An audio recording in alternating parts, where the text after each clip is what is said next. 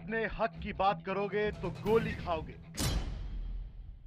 अपने धर्म की इबादत करोगे तो सरेआम मार खाओगे, अपनी मर्जी से जीने की कोशिश करोगे तो पिट जाओगे। यह है हिंदुओं का नरकिस्तान पाकिस्तान। हिंदुओं के लिए पाकिस्तान जहन्नुम से कम नहीं। हर रोज हिंदुओं और दूसरे अल्पसंख्यक समुदाय के लोगों पर ढाया जा रहा है कहर। पाकिस्तान में महफूज नहीं है हिंदू। दशकों से उन पर हो रहा है अत्याचार। 8 साल का बच्चा या 80 साल का बुजुर्ग, किसी को नहीं बख्शते ये शैतान। रमजान के पवित्र महीने में भी जारी है अल्पसंख्यक हिंदुओं के साथ दरिंदगी। हमारे पड़ोस में एक और नरकिस्तान है, नाम है बांग्लादेश। बांग्लादेश में भी सुरक्षित नहीं है हिंदू। कट्टरपंथी ताकतें खेल रही हैं अल्पसंख्यकों के खून की होली। सिर्फ हफ्ते भर में मारे जा चुके हैं 2 हिंदू पुजारी। शेख हसीना सरकार की तमाम कोशिशें नाकाफी हो रही हैं। जो लोग पाकिस्तान और बांग्लादेश को दशकों से मानते आ रहे हैं अपना मुल्क, आखिर क्यों उन्हें खुलेआम मारा जा रहा है? क्यों उन्हें डराया धमकाया जा रहा है? आखिर क्यों हमारे पड़ोस में पनप रही है हिंदुओं के प्रति इतनी नफरत? आखिर क्यों बांग्लादेश और पाकिस्तान बनते जा रहे हैं हिंदुओं का नरकिस्तान? नमस्कार, मैं हूं आकाश सोनी। खबरों में खास में आपका स्वागत है। बुलेटिन में आज बात करेंगे हमारे पड़ोस में मौजूद नरकिस्तान की। ये शब्द जो आपने अभी अभी सुना, ये थोड़ा स्ट्रांग है, लेकिन क्यों ये कहना जरूरी हो गया है, अभी आपको बताते हैं। पाकिस्तान और बांग्लादेश में अल्पसंख्यक समुदाय, हम सब जानते हैं, हमेशा से हाशिए पर रहे हैं। आए दिन उनके साथ मारपीट और अत्याचार की खबरें आती रहती हैं, हत्याएं हो जाती हैं और लोग पकड़े नहीं जाते। शनिवार को पाकिस्तान के सिंध प्रांत में 80 साल के एक हिंदू बुजुर्ग को एक पुलिस वाले ने बेरहमी से पीट दिया। इस बुजुर्ग का गुनाह बस इतना था कि भूख लगने पे वो इफ्तार से पहले कुछ खा रहा था। आइए आपको बताते हैं क्यों हम कह रहे हैं पाकिस्तान है हिंदुओं का नरकिस्तान।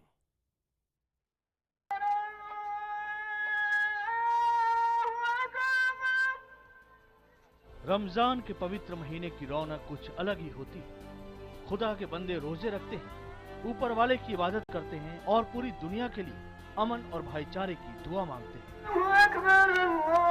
लेकिन कुछ ऐसे शैतान भी हैं जो रमजान के पवित्र महीने में भी अपनी दरिंदगी से बाज नहीं आते।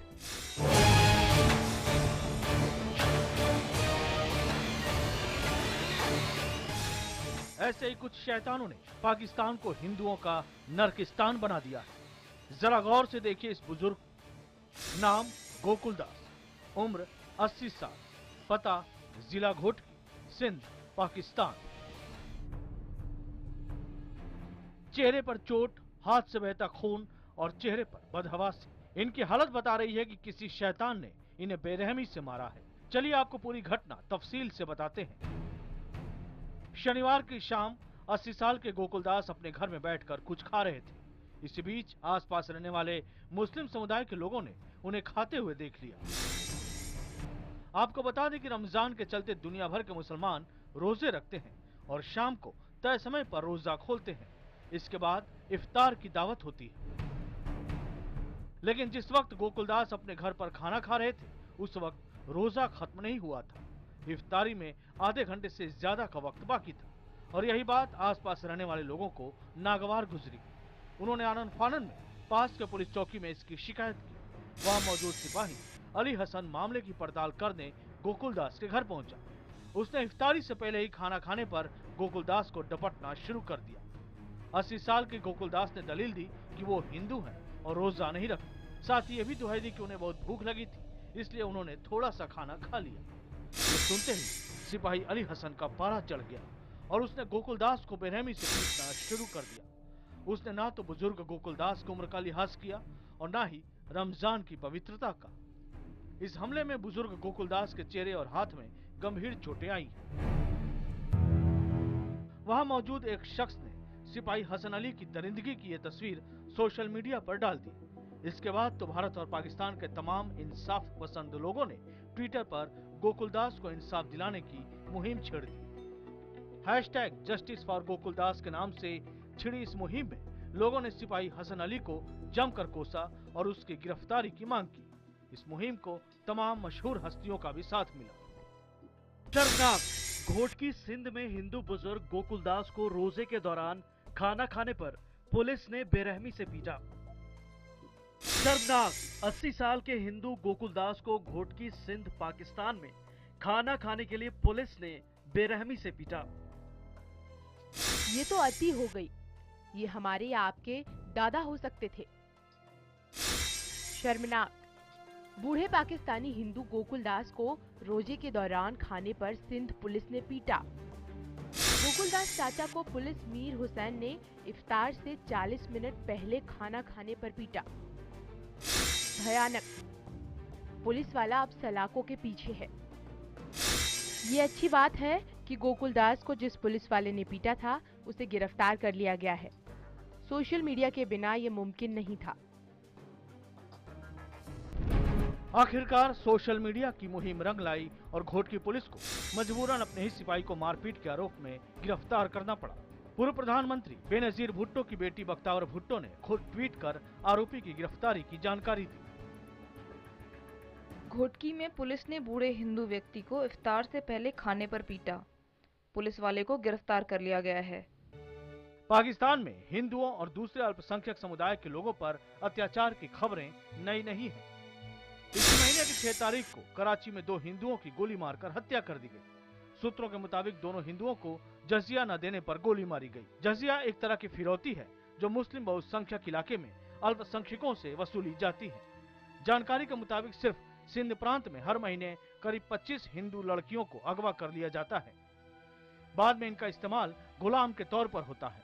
सूत्रों के मुताबिक हिंदुओं पर जुल्म ढाने वाले कट्टरपंथी ताकतों को पुलिस और प्रशासन की शह मिली हुई है। वहाँ पाकिस्तान में आए दिन इस प्रकार की घटना हो रही है और वही ट्रेंड बांग्लादेश में भी चालू हो गया है। दोनों जगह जो अल्पसंख्यक हिंदू है उसको प्रताड़ित करना शुरू किया है। स्टेट की फोर्सेस हैं, whether it be police forces और आईएसआई या उनकी आर्मी, तमाम minorities whether they B Sikh, Christians और हिंदूज को वहां से निकालने की कोशिश कर रही है। बुजुर्ग गोकुलदास को पीटने वाला सिपाही इस वक्त जेल में है, लेकिन उसकी दरिंदगी ये साबित करने के लिए काफी है कि पाकिस्तान में कैसे हिंदुओं पर जुल्म ढाए जा रहे हैं। पाकिस्तान में रहने वाले हिंदुओं को अपनी मर्जी से कुछ भी करने की आजादी नहीं है। उन्हें पूजा पाठ से रोका जाता है, उन्हें त्योहार मनाने से रोका जाता है, यहाँ तक कि मौत के बाद शव को जलाने तक से रोका जाता है। Bureau report, IBN 7। ये तो था एक नर्किस्तान पाकिस्तान। अब बात हिंदुओं के दूसरे नर्किस्तान यानी बांग्लादेश की। बांग्लादेश में बीते कुछ समय से अल्पसंख्यकों, खास तौर पे हिंदुओं पर हमले तेजी से बढ़े हैं। बीते हफ्ते में एक के बाद एक 2 हिंदू पुजारियों को पीट पीट कर मार डाला गया। देर से जागी बांग्लादेशी सरकार का कहना है कि वो हिंदू पुजारियों के कातिलों को नहीं बख्शेगी, लेकिन इस तरह के वादे पहले भी बांग्लादेश की पुलिस ने किए हैं और अपराधी पकड़े नहीं गए हैं। लेकिन इस बार इस सिलसिले में 5000 से ज्यादा लोगों को हिरासत में लिया गया है। देखना यह है कि ये जांच अंजाम तक पहुंचती है या नहीं और ये हमले थमते हैं या नहीं। तारीख 7 जून 2016, जगह झेनाइदा, बांग्लादेश। 70 साल के हिंदू पुजारी आनंद गोपाल गांगुली की हत्या।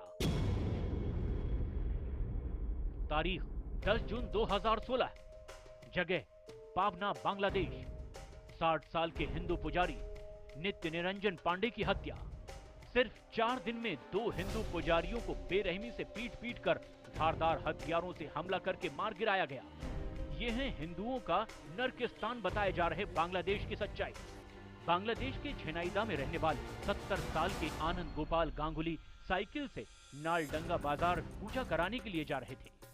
तभी बाइक पर सवार आतंकियों ने उन पर हमला कर दिया और धारदार हथियारों से उनकी हत्या कर दी। गांगुली की हत्या की जिम्मेदारी आईएस आतंकियों के गुट ने ली है।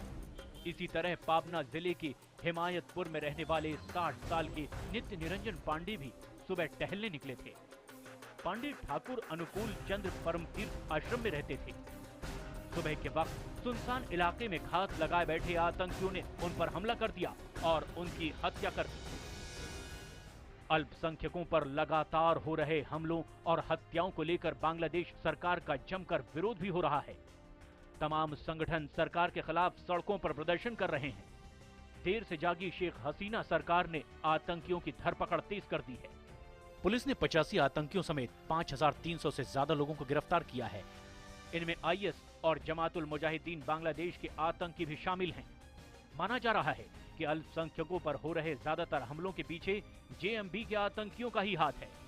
ये कार्रवाई करने का फैसला भी बहुत लेट हुआ है। इससे पहले बहुत बड़े पैमाने पर वहाँ से भी हिंदुओं को एलिमिनेट किया गया है। वहाँ भी जब बांग्लादेश बना था 71 में जो हिंदू पॉपुलेशन थी वो आज आधे से भी कम रह गई है और उनको भी वहाँ अपने क्लींजिंग का कार्रवाई की जा रही है। बांग्लादेश के प्रधानमंत्री शेख हसीना ने कहा है कि एक भी हत्यारे को नहीं छोड़ा जाएगा। जो देश के किसी भी कोने में छिप जाएं, सरकार उन्हें उनके अंजाम तक पहुंचा कर रहेगी। বাইরে জঙ্গিরা পার পেয়ে যাচ্ছে, তো সেই পার পেয়ে যাওয়া জঙ্গিরা কারা, তাদের ঠিকানা, তাদের নাম ঠিকানা, তাদের পরিচয় যদি তারা জেনে থাকেন তো দয়া করে তারা আমাদেরকে জানান। আপনারা দেখবেন জঙ্গি তারা যে দলের হোক যাই হোক আমাদের কাছ থেকে রেহাই পাবে না। इस बीच बांग्लादेश में हिंदुओं पर हो रहे हमलों को देखते हुए अल्पसंख्यक समुदाय के लोगों ने भारत सरकार और प्रधानमंत्री नरेंद्र मोदी से मदद की गुहार लगाई है। अल्पसंख्यक हितों के लिए काम करने वाली Bangladesh Hindu Buddhist Christian unity council ने भी पीएम मोदी से अपील की है कि वो इस मामले को बांग्लादेश सरकार के सामने उठाएं। बांग्लादेश में सबसे बड़ा अल्पसंख्यक समुदाय निशाने पर है। कट्टरपंथी और जमातुल मुजाहिदीन के आतंकी बांग्लादेश से हिंदुओं का सफाया करने की कोशिश कर रहे हैं। हिंदू बहुसंख्यक राष्ट्र होने की वजह से भारत को कुछ करना चाहिए। हमें प्रधानमंत्री नरेंद्र मोदी से बहुत उम्मीदें हैं। उनको बांग्लादेशी सरकार के सामने इस मुद्दे को उठाना चाहिए। वहाँ के जो माइनॉरिटीज है उनके साथ जो अन्याय हो रहा है वो समझौते के विपरीत है।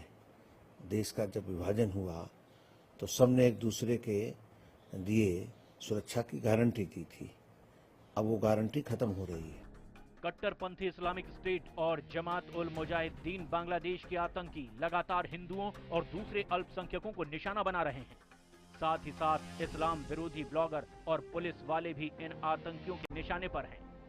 अगर इन कट्टरपंथियों को नहीं रोका गया तो बांग्लादेश को दूसरा पाकिस्तान या अफगानिस्तान बनने में देर नहीं लगेगी। Bureau report, IBN 7। खबरों में खास में एक बार फिर आपका स्वागत है। पाकिस्तान में हिंदुओं पर लंबे समय से हमले हो रहे हैं। इसी का नतीजा है कि पाकिस्तान से हिंदू और दूसरे अल्पसंख्यक समुदाय तेजी से पलायन कर रहे हैं।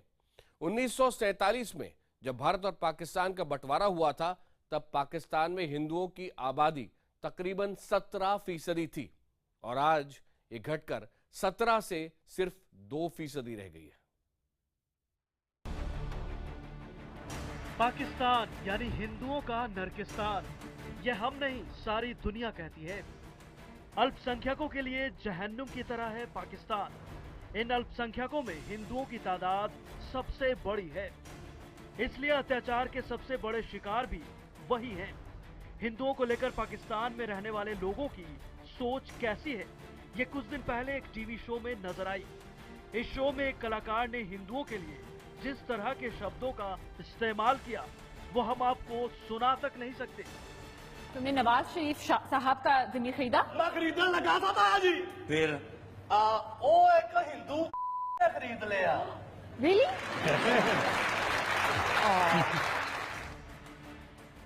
हिंदुओं को जलील करने का पाकिस्तान में कोई मौका छोड़ा नहीं जाता। यहाँ तक कि उनकी संसद यानी नेशनल असेंबली में भी खुलेआम हिंदुओं को अपमानित किया जाता है। यकीन न हो तो भरी संसद में एक हिंदू सदस्य की पीड़ा सुन लीजिए। एक दफा कहा गया हिंदू गाय का पुजारी, हम गाय की पूजा करें यह हमारा हक है और हम करेंगे। हम पे लतीफे कसे जाते हैं और हिंदू हिंदू कह के यहाँ पे क्या हम पाकिस्तानी है ना, तो हम क्यों नहीं कह सकते ये हमारे पाकिस्तानी। इनको गालियां देनी होती है, इंडिया को गालियां दे देते हैं हिंदुओं को। पाकिस्तान में हिंदुओं को अगवा करना और उनका धर्म परिवर्तन बरसों से होता आ रहा है। हिंदू लड़कियों को जबरन अगवा करना और उन्हें मुसलमान बनाकर उनसे शादी कर लेना पाकिस्तान में आम बात है। अतिक्रमण हटाने और बिल्डिंग बनाने के नाम पर कभी भी हिंदू मंदिरों को गिरा दिया जाता है और असहाय हिंदू समुदाय अपना कसूर पूछता रह जाता है। हमारे लोगों के साथ जो कुछ हो रहा है, हमारी माँ बहनों के साथ, हमें दरबदर कर दिया गया है। हमारी मूर्तियां थानों में उठा के रख दी जाती है, हमें रोड पे फेंक दिया जाता है। क्या हम इसी के लिए रह गए? हालात ये है कि पाकिस्तान में किसी हिंदू की मौत पर उसके अंतिम संस्कार के लिए शमशान तक मिलना मुश्किल हो रहा है। आपको बता दें कि पाकिस्तान में हिंदुओं को सिर्फ अलग मतदाता के तौर पर मतदान की इजाजत है। हिंदुओं को शादियां रजिस्टर कराने की इजाजत नहीं है। देश में बने सैकड़ों मंदिरों में से सिर्फ 26 में ही पूजा पाठ किया जाता है। इस हालात में पाकिस्तान में हिंदुओं की आबादी 15% से घटकर 2% रह गई है। हैरानी की बात यह भी है कि पाकिस्तान का बहुसंख्यक मुस्लिम हिंदुओं पर हो रहे इस अत्याचार का खुलकर समर्थन करता है। 1971 की लड़ाई में भारत से मिली करारी हार के बाद पाकिस्तान से हिंदू संस्कृति का नामो निशान मिटाने के लिए शुरू हुआ अभियान अभी भी जारी है। अब तो ये तक कहा जाने लगा है कि आने वाले दिनों में पाकिस्तान में एक भी हिंदू नहीं बचेगा। Bureau report, IBN 7।